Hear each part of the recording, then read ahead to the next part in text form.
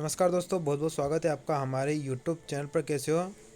I hope आप सभी अच्छे होंगे। तो चलिए आज हम देख लेते हैं कि जो पोर्टल ओपन हुआ है उसमें से कौन कौन से डॉक्यूमेंट अपलोड हो रहे हैं। और इसमें नीचे एक इंस्ट्रक्शन लिखा हुआ है, बहुत ही इंपॉर्टेंट है आप सबके लिए। तो अभी आप सबको पता है कि अभी वर्ग 1 के लिए ही पोर्टल ओपन हुआ है और वर्ग 2 के लिए आपका 6 अक्टूबर से होगा।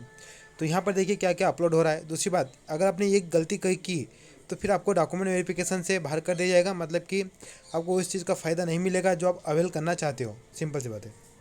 बहुत सारे कैंडिडेट वही क्वेश्चन पूछे कि सर किसको अपलोड करना है। देखिए अभी सबको अपलोड करना है, मैं हर वीडियो में आपको बता चुका हूँ। शुरू करने से पहले आप सबसे मैं एक बार फिर से रिक्वेस्ट करता हूँ, हो सके तो अगर आप पहली बार आए हो तो चैनल को जरूर सब्सक्राइब करें, और अगर आपने नहीं किया तो भी कर लीजिए और वीडियो को शेयर जरूर करें। ये मेरे पास एक स्क्रीनशॉट आया है वर्ग 1 का। आप देखिए इसमें कौन कौन से डॉक्यूमेंट अपलोड हो रहे हैं। 5 टाइप के हो रहे हैं। अब आपको अपलोड करना है पीडीएफ फॉर्मेट में, और उसकी जो साइज है 30 KB से 200 KB तक के बीच में होना चाहिए, ये बात ध्यान रखना।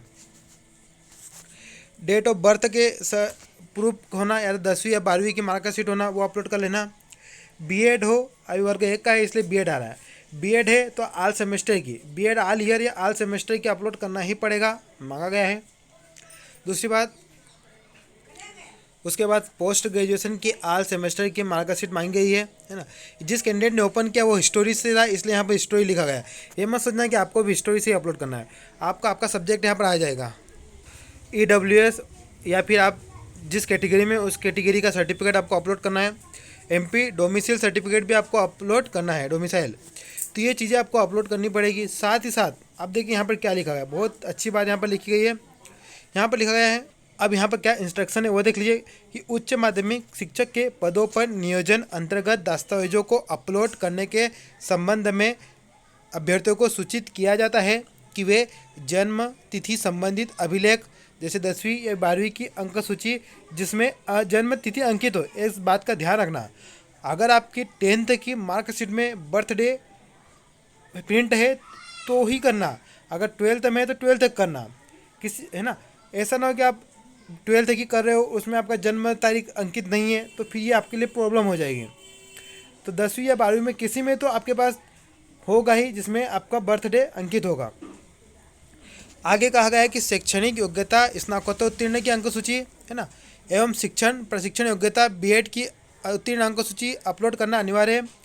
इसके अतिरिक्त संबंधित आयु एवं आरक्षण संबंधित कोई लाभ प्राप्त करता है, मतलब आप एज रिलैक्सेशन ले रहे हो या फिर रिजर्वेशन ले रहे हो, तो उससे संबंधित वैध प्रमाण पत्र अनिवार्यता अपलोड करें। इस चीज़ का ध्यान रखना।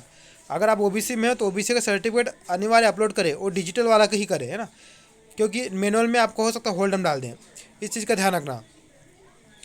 उसके बाद अन्यथा उसे आयु या आरक्षण से संबंधित लाभ प्राप्त नहीं होगा। अगर आपने अपलोड नहीं किया तो आपको उस कैटेगरी का फ़ायदा नहीं मिलेगा। अगर आप ओबीसी में हो, आपका सिलेक्शन ओबीसी में हुआ है और आपने ओबीसी का अपलोड नहीं किया है तो आपको फिर ओबीसी आपको बाहर कर दिया जाएगा। हाँ, अगर आपका यूआर में हुआ है तो फिर आपको सिलेक्शन होगा, अदरवाइज ओबीसी का फ़ायदा नहीं मिलेगा। इसलिए ओबीसी का सर्टिफिकेट अवश्य अपलोड करें।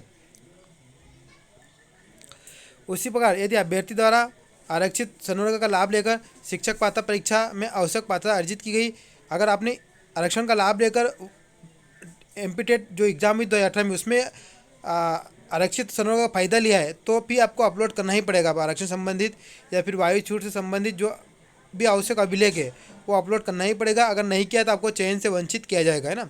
ये बहुत ही इंपॉर्टेंट बात दोस्तों, छोटी छोटी चीज़ें बहुत इंपॉर्टेंट होती है और कैंडिडेट भी बाहर हो जाते हैं या फिर होल्ड में चले जाते हैं।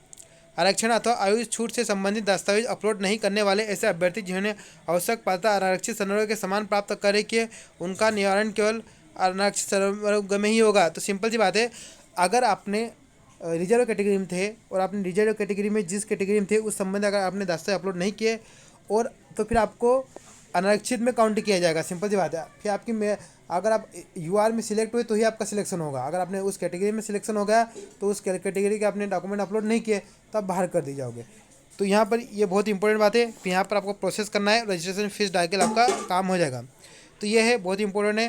तो जैसे ऐसे ही वर्ग 2 का आएगा तो मैं अपने चैनल के माध्यम से आपको बता दूंगा। धन्यवाद।